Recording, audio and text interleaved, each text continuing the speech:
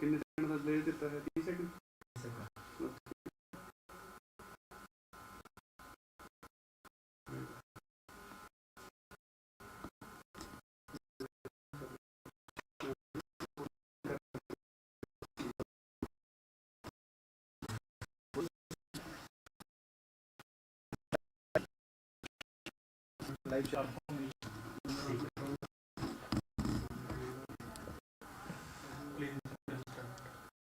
Okay. I just looked into the screen of the laptop so that these may be inserted in the initial image and the last end screen, start screen of the. And you do that for every outfit I wear? You need a set for every set of clothing, you do that every day? So you will be clicking in lighter when we will be doing shooting you.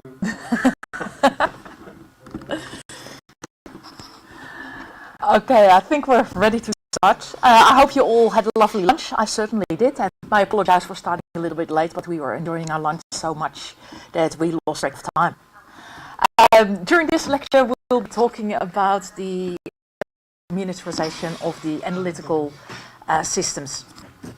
We already had a quick how much, if you start engaging with microfabrication technology, how much advance you can make in shrinking down a gas chromatography system from about a meter on your benchtop to something that fits in the palm of your hand and is capable of doing a very similar chromatographic separation where you can resolve different volatile compounds from one another. The idea of miniaturization probably was all facilitated by money. The idea itself was born a little bit earlier by railsmiths, but there was no funding available because it was an absolutely out there idea. And then there was all of a sudden a bag of money available from the pharmaceutical industry because they had done something bad, and that enabled the whole field to start. I'd like to start, so Andreas Mans is the founding father of the miniaturized total analysis system, and he's won the European Inventor Award in probably about 10 years ago. But around that they made a very nice movie about how we came up with the idea, how the money facilitating him working on the idea, and the field ultimately grew up into. So I like to play the video now because it provides a really nice introduction to that is now thousands of researchers all around the globe. I'll see how we can do that with the audio. It's just a tiny pinprick, but it can save lives. For the approximately 400 million diabetics worldwide, a drop of blood is all that it takes to measure blood sugar levels. This is made possible using special test equipment. Such process is called lab on a chip. It works like this. Within seconds, the system analyzes blood samples and then gives a reading of the blood sugar level. The ability to replace a complete laboratory with rapid tests such as these is the dream of many researchers. Andreas Manz's pioneering invention is a big step in this direction. The chemist has shrunk the lab to the size of a chip. One of the first to employ microchip technology in the field of chemistry, and to have shrunk the laboratory to the size of a chip. Today, Mans teaches at the Korean Institute of Science and Technology in Saarbrücken. Here, he can pass his wealth of experience on to his students. His world-famous mini-chip was conceived in the 1980s. Working on behalf of a pharmaceutical company at that time, Mans was able to take all the functions of an entire laboratory and put them on a single chip.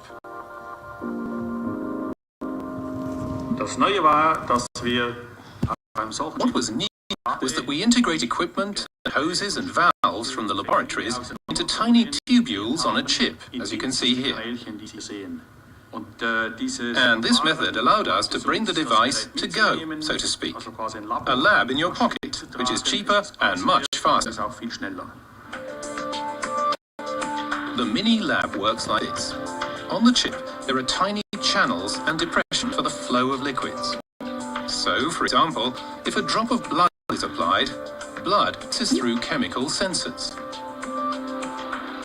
They take the concentration of chemical compounds in the blood and translate them into electrical signals.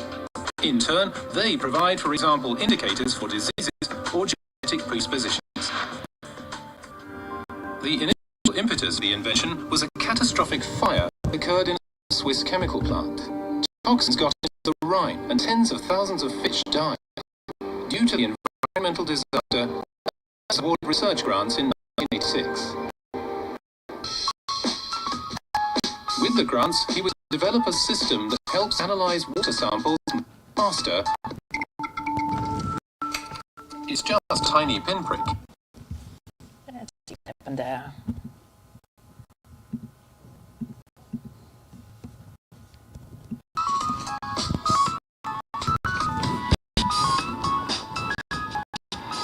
After the river catastrophe, we had the idea to develop a new device, the lab on a chip, which could detect various chemicals in river water. Later on, we discovered these chips could also be used very well in other areas of pharmaceutical research and in clinical diagnosis. Today, scientists around the world continue to develop the idea. Mans is also still involved in the field of research. He currently oversees a project that will help to mimic human cells in the laboratory. Animal testing could thus become a thing of the past. And lab on a chip still holds much untapped promise.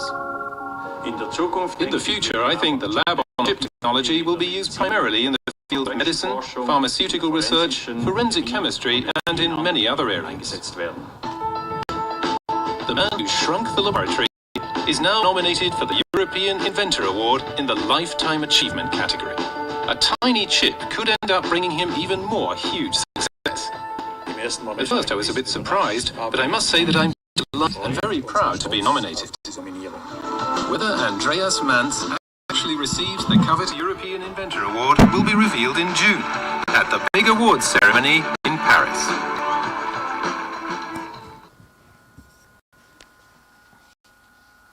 And he indeed won that award. So he became the European inventor in, I think it was 2015. So if you remember my first presentation about working in KISS Europe with Andreas, that was when they shot this movie. So I know all the people that were around in that movie and have seen all the cameras out there. So that's quite nice to see that all back here. And yeah, he just came up with the idea when he was doing a postdoc back in Japan, trying to make a small-scale gas chromatography system, that there should be a way to advance from normal chemical sensing to having the complete electrical workflow integrated on a microfabricated device. And then we had the big accident happening in Basel, where the pharmaceutical industry accidentally released highly contaminated water into the Rhine. All the fish were belly up, it was all smelly, and certainly Swiss and German people are very environmentally conscious. So all the newspapers, you can see large protests, a lot of upheaval in the media, and the pharmaceutical industry had to do something to make sure that this would never ever happen again. And they realized is that you need more advanced chemical analysis close to the chemical and the pharmaceutical industry, so that if there's an accidental release, you don't have to, you can take action as it happens, and you shouldn't waiting till the contaminated water is 20-30 kilometers down and diluted all the way through and has killed all the fish and everything else alive.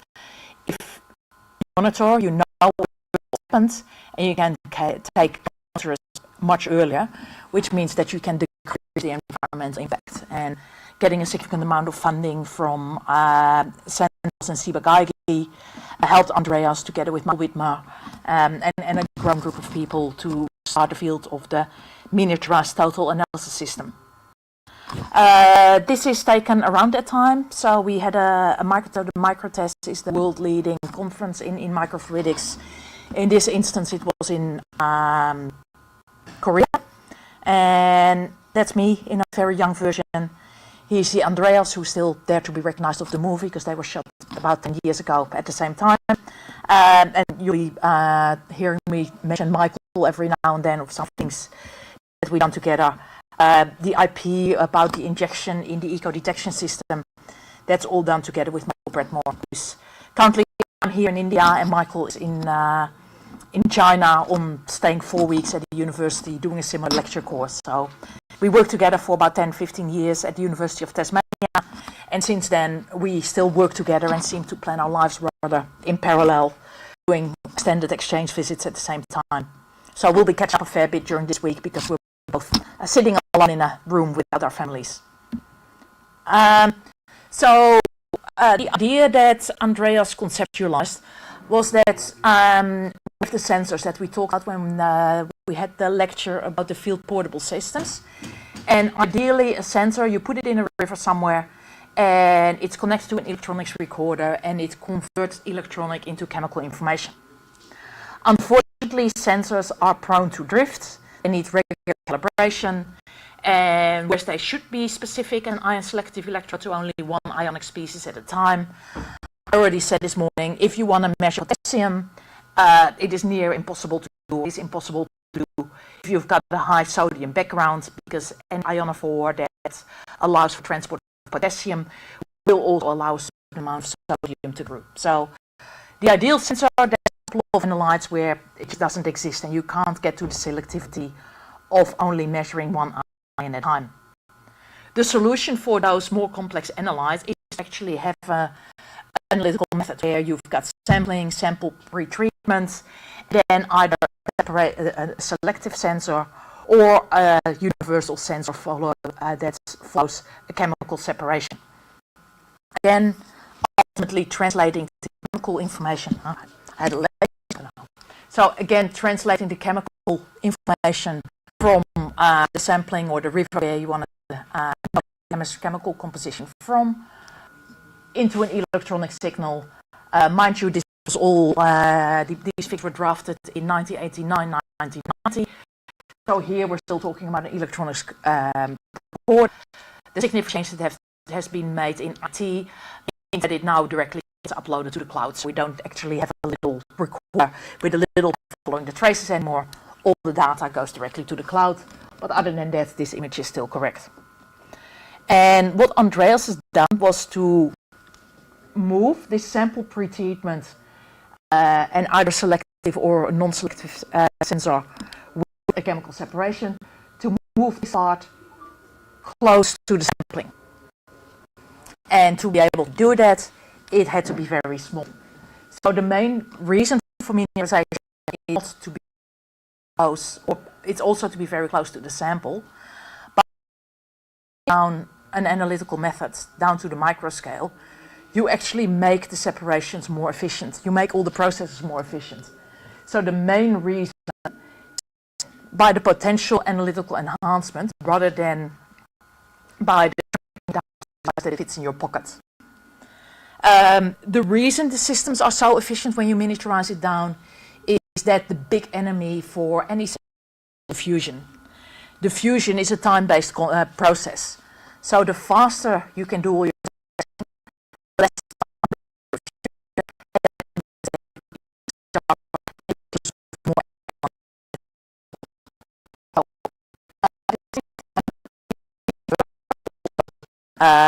better at a small scale. Imagine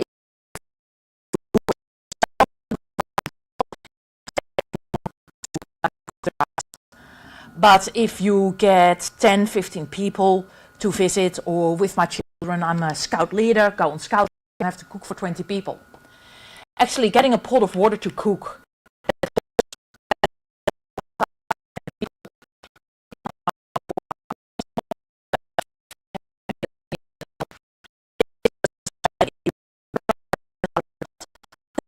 water to heat the water to get it to the boiling point. Same thing if you go even smaller. If you want to do DNA amplification, you need to thermocycle between around 95-96 degrees. That heating and cooling down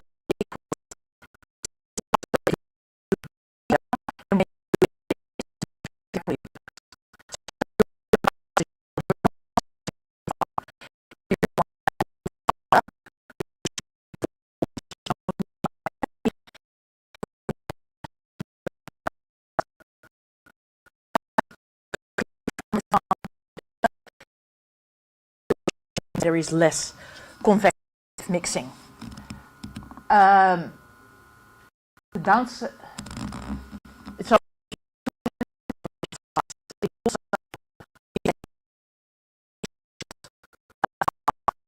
the diffusion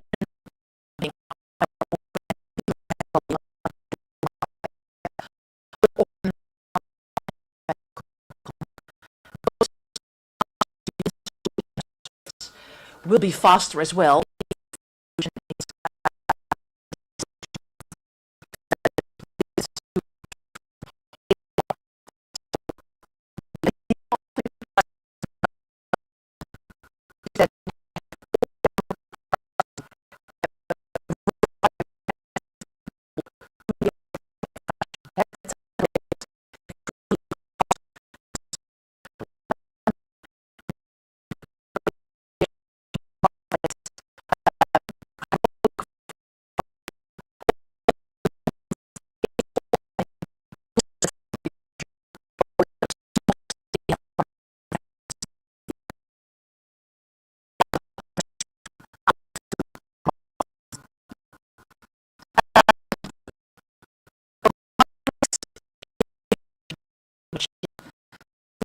Nice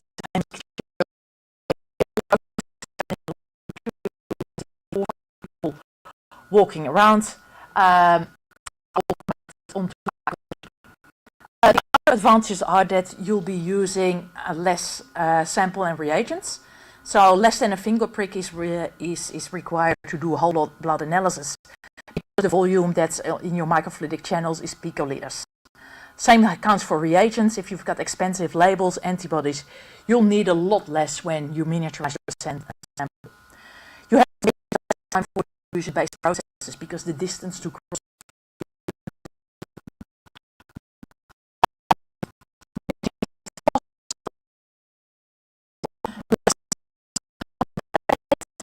and less reagents.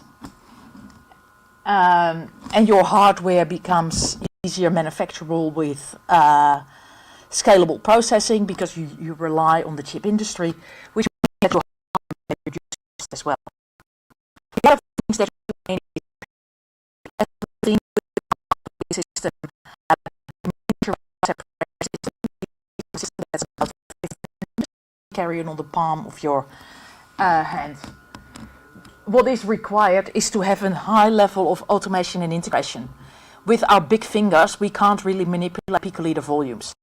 So we need to have a level of automation in order to get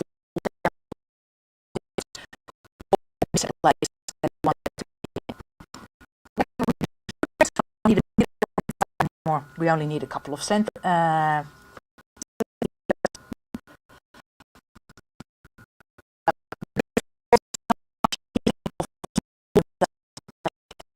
Heating of a large volume, and there is reduced risk. If we have a high exothermic reaction happening at 50 milliliter or 100 milliliter,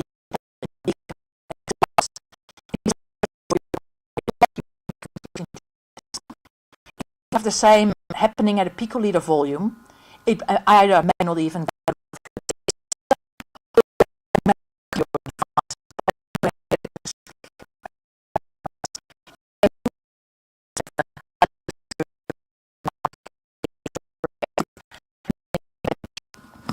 so a micro explosion is not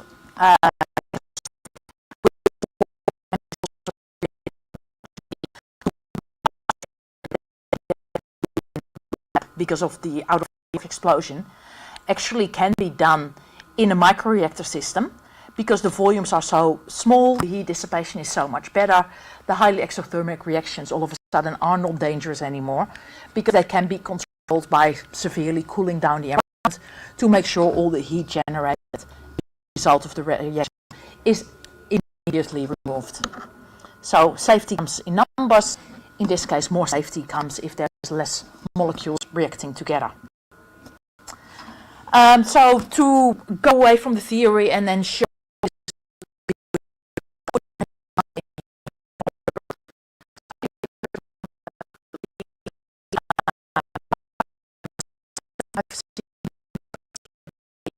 but it's still a very nice example to be looking at.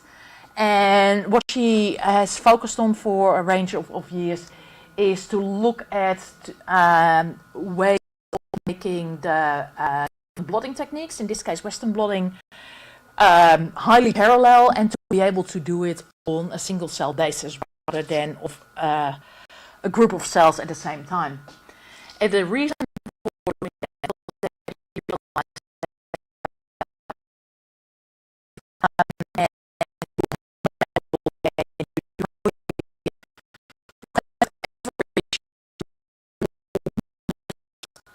but we actually don't know if all these cells are metabolically in exactly the same.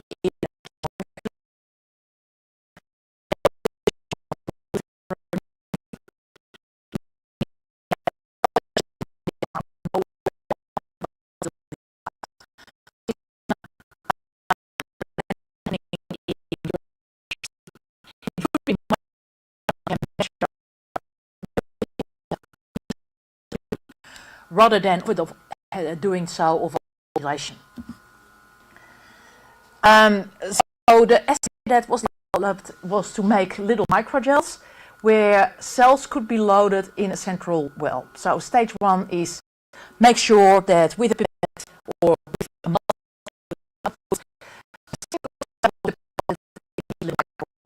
microscope that could be seen. Then a reagent was added that only would lyse the outer cell wall, leaving the nucleus intact.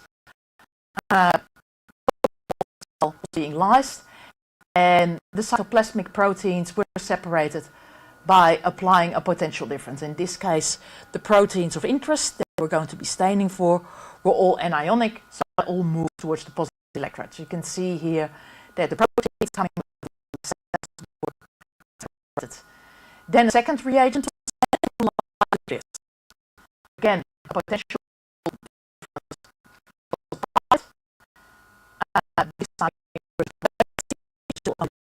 and then all the nuclear proteins, the negative nuclear proteins, move to the left. After that, little antibodies to identify the proteins at either place.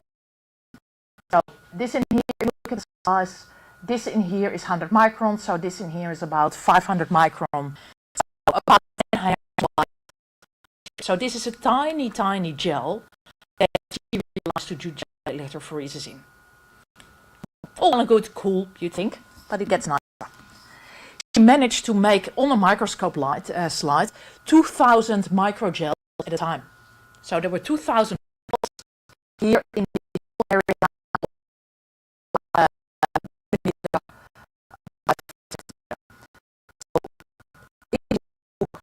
Each of them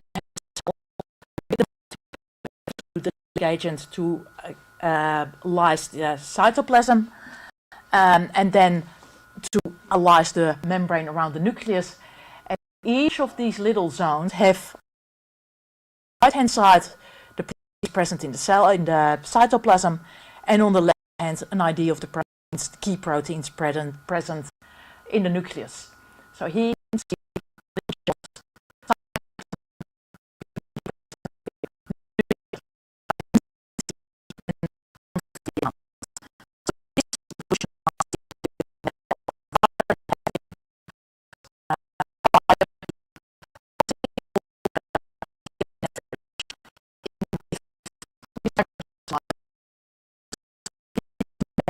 and you could start comparing the protein levels of the cytoplasmic and the nuclear protein using one experiment. So that is the fourth step of miniaturization, that all of a sudden can parallel processing. Because the liquid handling, the pipettes she borrowed from a pipetting robot that is used as a sampler, so the pitch is picked similar to that of the 96 well plate. So she could use the existing infrastructure to do the liquid handling.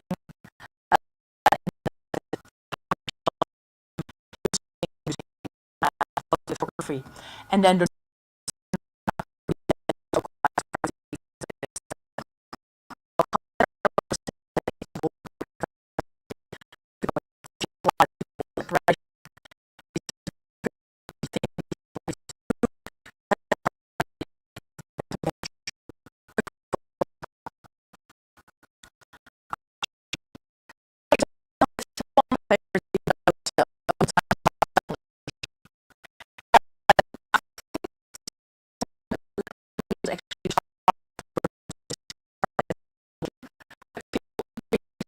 measuring their physical and chemical properties.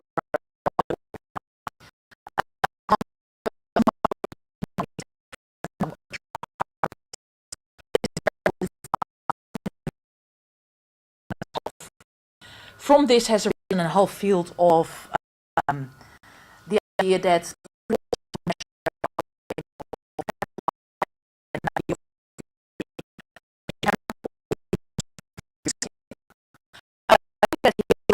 was one of the very early wearables, and the London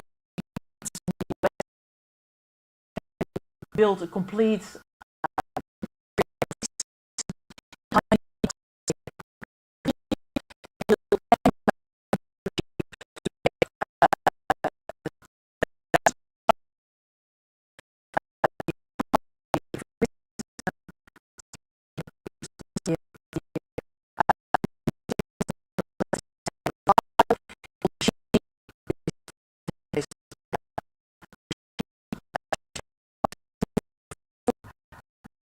into a device where a sample can be injected in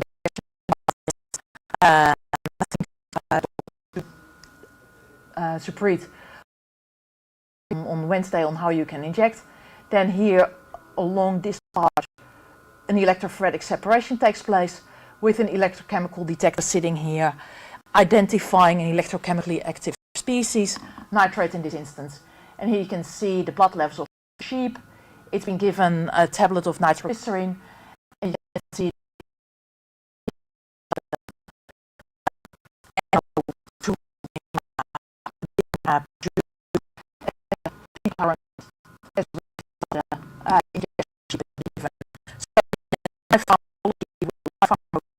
sheep using a complete analytical method sitting in a little sheep backpack. Unfortunately, this experiment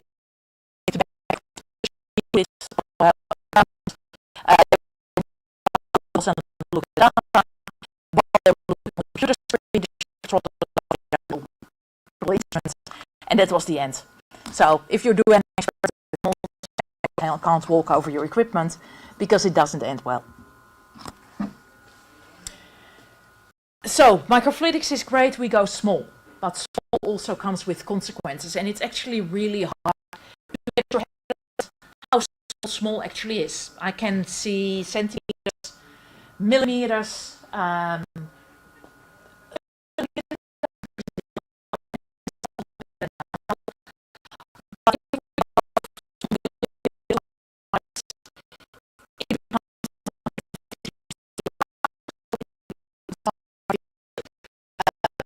everybody that's regular in the lab knows how big a liter looks like.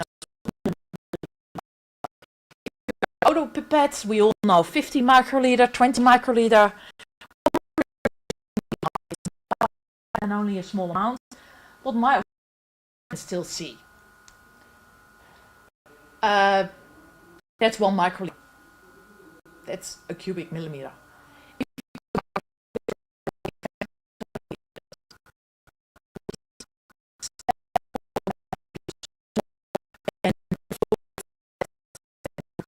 Working around.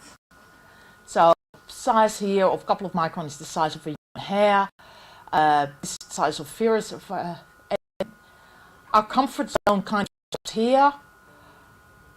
Our microfluidic world is sitting on the volume scales that are a lot smaller. We need different ways of measuring and how many more copies do we actually have? Because if we work at the milliliter scale, here we've got a number of copies of molecules for typical biomolecules present in a milliliter. And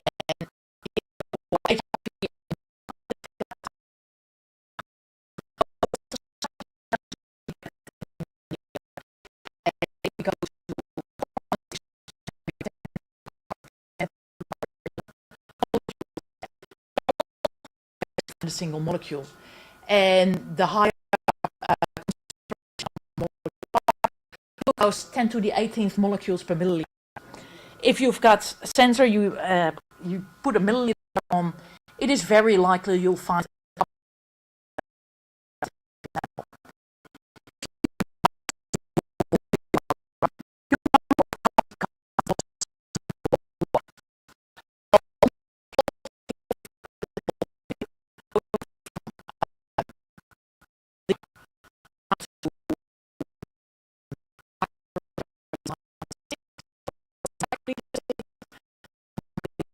nanoliter and below, and you've got concentrations of molecules.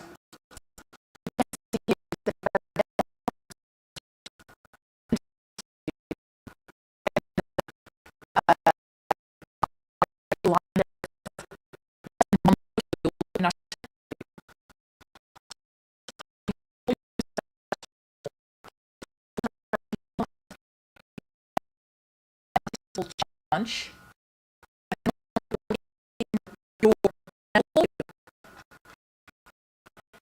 exactly where digital PCR has been building its capacity on. Not sure how many of you are familiar with digital PCR. So, one person. So, in digital PCR, you do PCR not in one large vial, but you split your sample across a lot of droplets.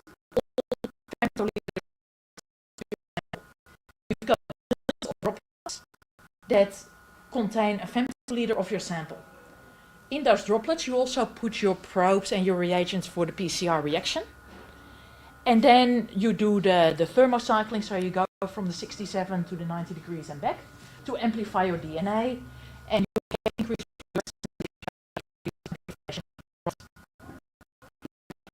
because it becomes a statistical challenge if you do a copy of your target in your femtoliter droplets. There will be a few droplets that light up.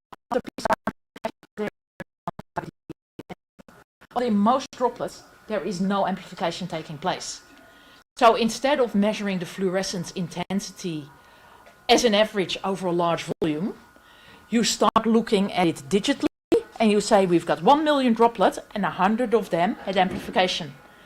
And therefore, we had DNA molecules present in so many microliters of our 1 milliliter sample, and therefore we can calculate the concentration that was originally. So it is a very different way of thinking about sample or concentration limited sampling.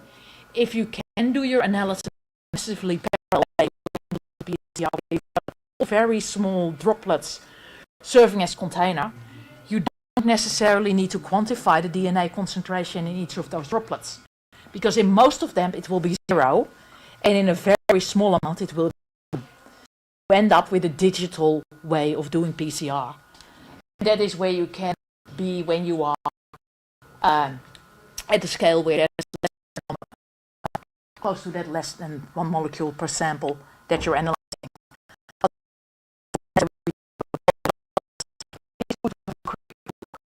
Expected what sample volume is.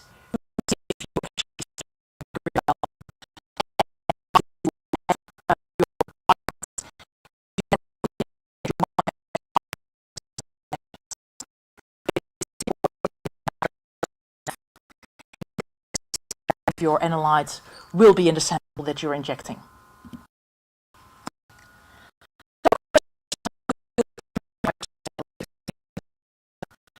And with plumbing, we have two different challenges.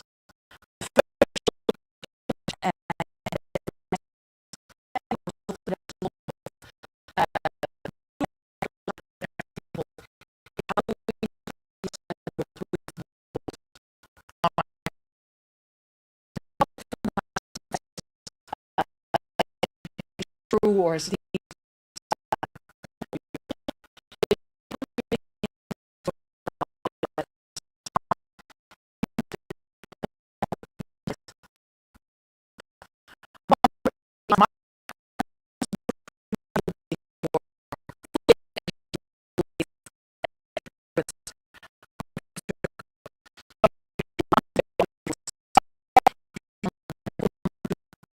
mix, then you make sure your lines meet. If you don't want your fluids to mix,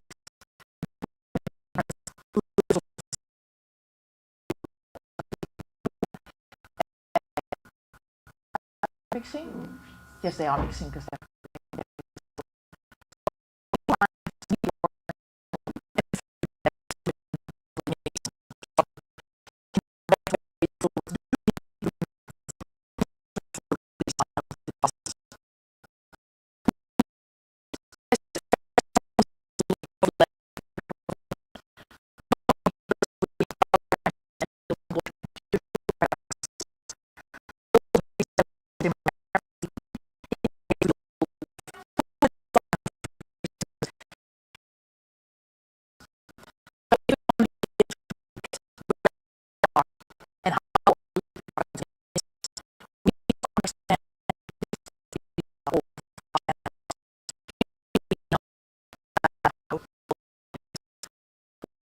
of the fluid that we put in and what their length and width is.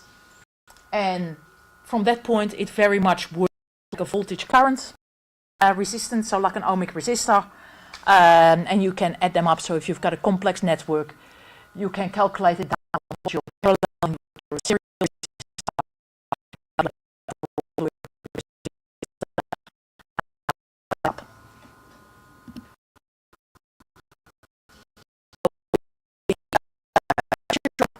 Indicates the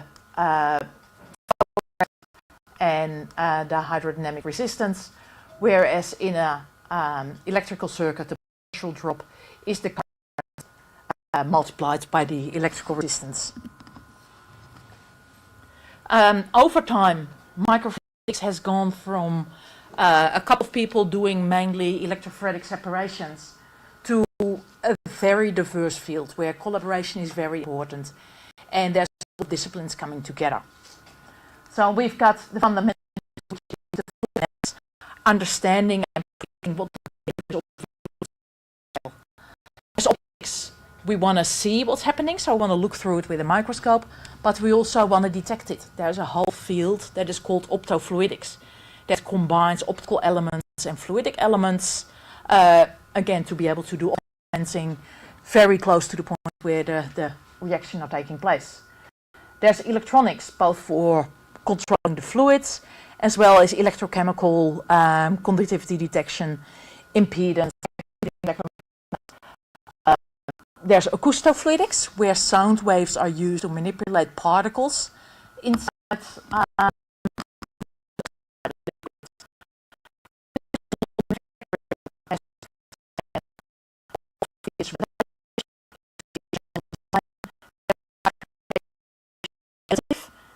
(3D printing) that will be about. All of the manufacturing is borrowed from the MEMS industry, relying on clean room processing with wet chemical etching, mask and protection. Then there's the challenge of integrating all these processes into one, because if you think about all the steps involved in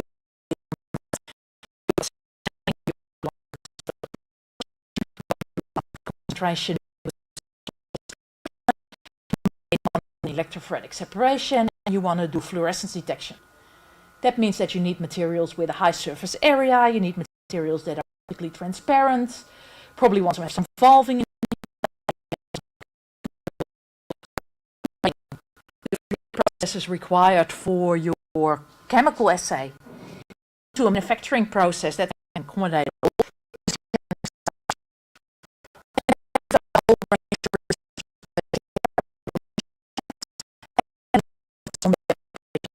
And the applications could be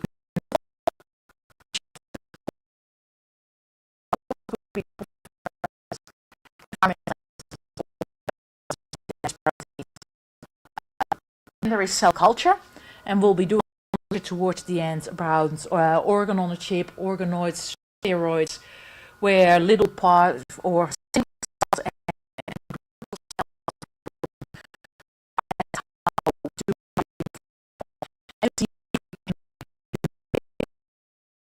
so that we can slowly wean ourselves of the use of test animals.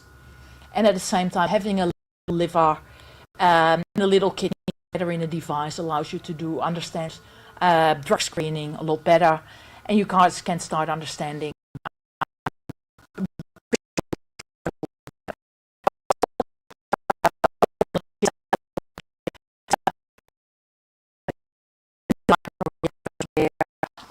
either dangerous processes are being conducted, where you can do continuous processing.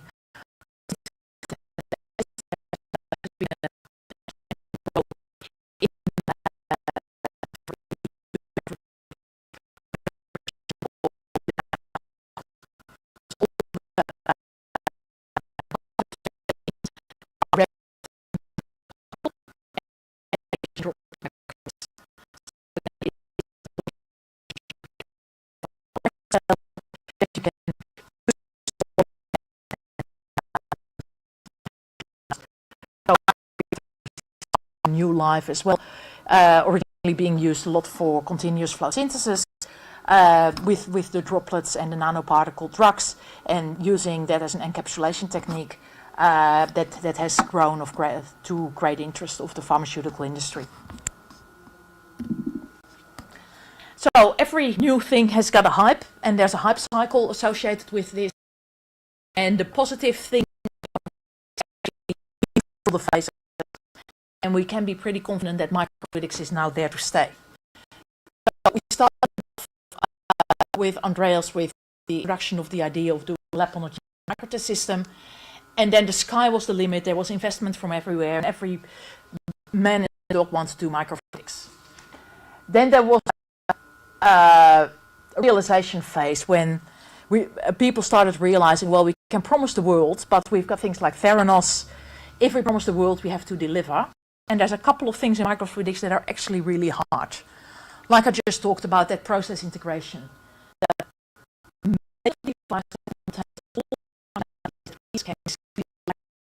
All that requires the combination, requires multi-step process, manual handling, which makes it really expensive. So maybe we can't give every patient a $1 device to do individualized drug treatments.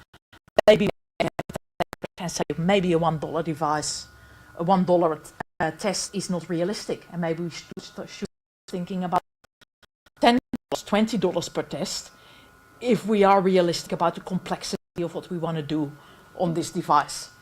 So then we got people a little bit like, ooh, but with standardization, fabrication processes getting increasingly into place, we are actually on an uphill line again. They're there to stay. They have been in standard production. As just say, the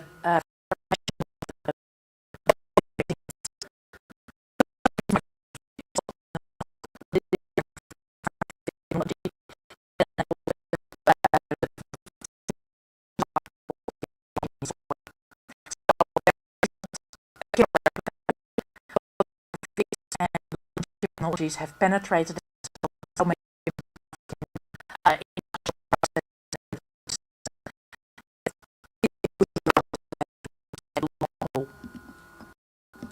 just been there. And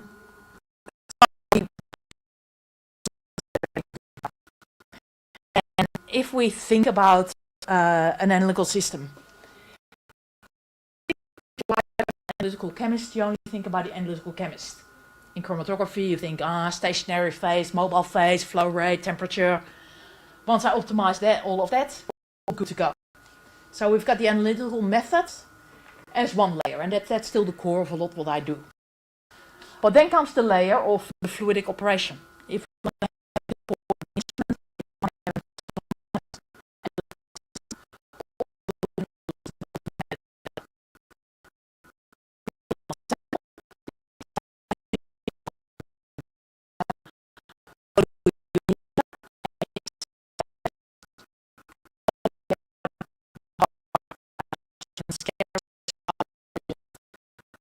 they all need to be controlled, directed, valved. So there is a whole layer of fluidic operation that is needed before you can conduct a chemical assay in an autonomous way. To be able to control and orchestrate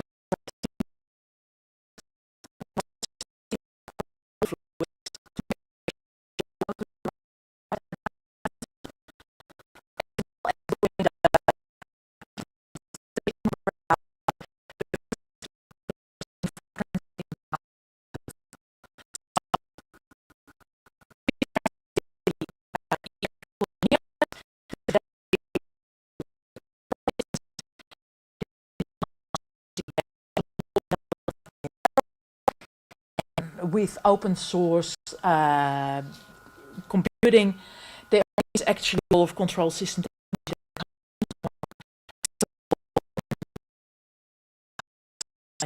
to work for your specific analytical method.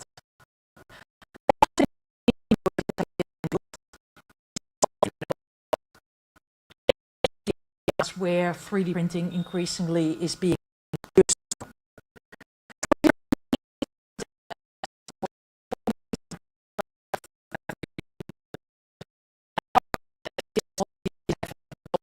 printers, have one at home to make little figurines.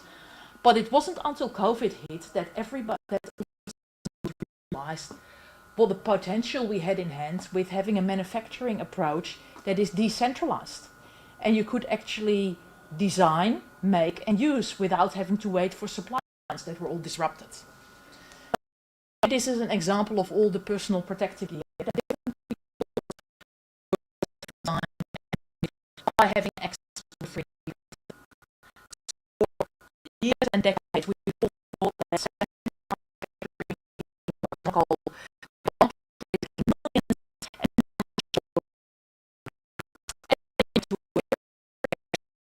air traffic, all of the buses as well. And that then means that a lot of places can't get their supplies because they're manufactured in one country, used in the other. If you stop your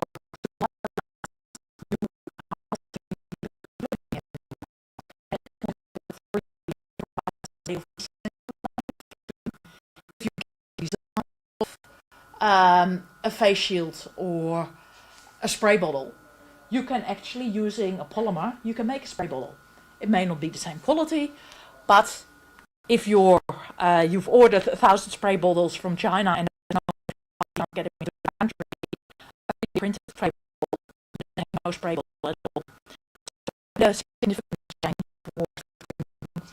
change, demonstrating the need for decentralized manufacturing and being able to be self-sufficient from into having the product in hand. In analytical chemistry, 3D printing has enabled a lot as well. And later in this course, we will be talking about 3D printed fluidics.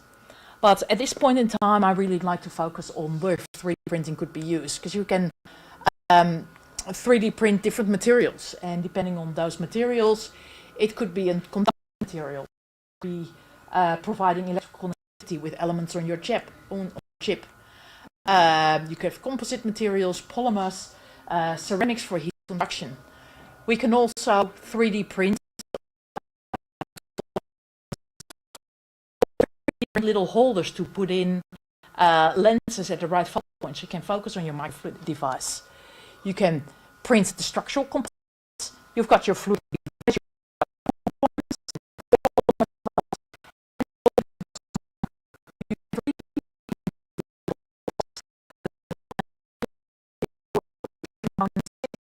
that when you take your analytical instrument out into the field, it's not rattling with all your spaghetti soup of cabling and wires.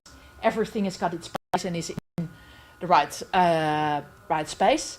All thinking about having and therefore minimal loss of sample and reagents. So you can customize the structural components as well as the mechanical components. And one example of a mechanical component that was made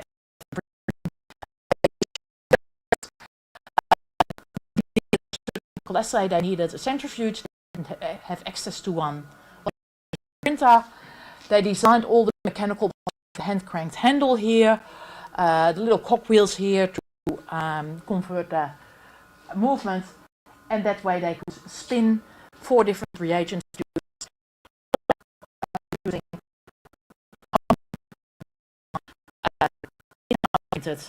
centrifuge.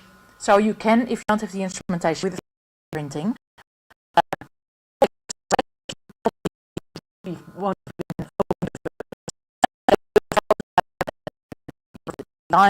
but with a week and having 4 or 5 different iterations, you can have a centrifuge in your printer and some filaments. In my if you 3D printers as well, because in addition to the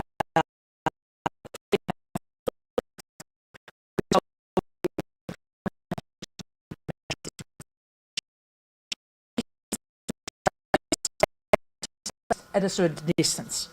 And Australia is a big country, as we've already seen before.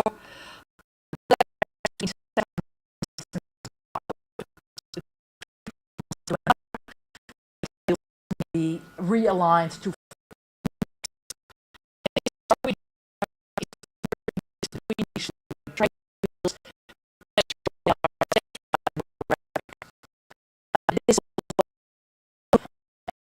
engineers have developed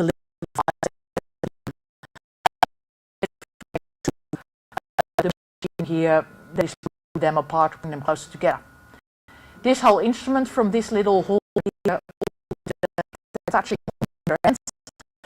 The carbon fiber tube here, cylinder.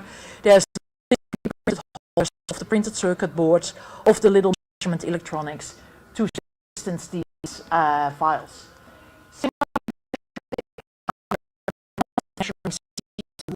Coming out of waste landfill sites. It's got a little methane sensor, little valve that opens if there's positive pressure when the methane is being released into the air. There is an airflow sensor there that, knowing the volume and the rate, you can calculate the volume. So the methane sensor measures the concentration of methane. The flow sensor measures the rate of methane. And then we can quantify the release waste site. And as you can see here, the black plastic on the cap that is put on the site is all made by powder bed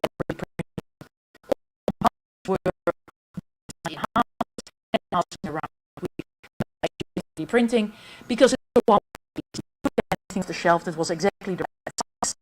And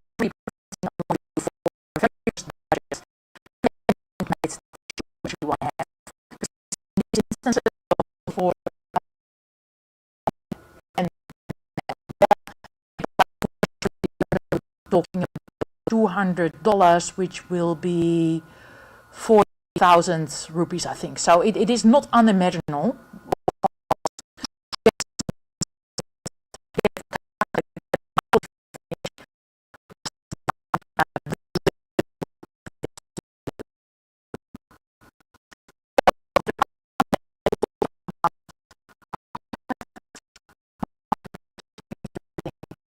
How we can combine those to get creative new solutions for applications in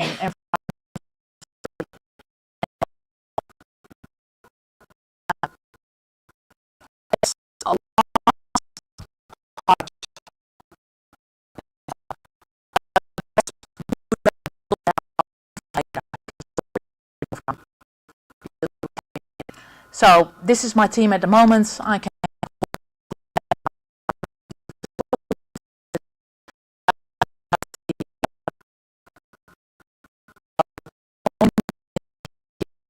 printing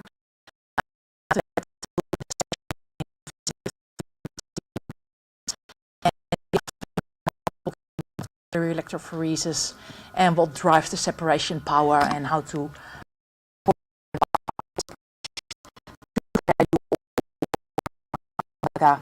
come in Wednesday to talk about chip-based electrophoresis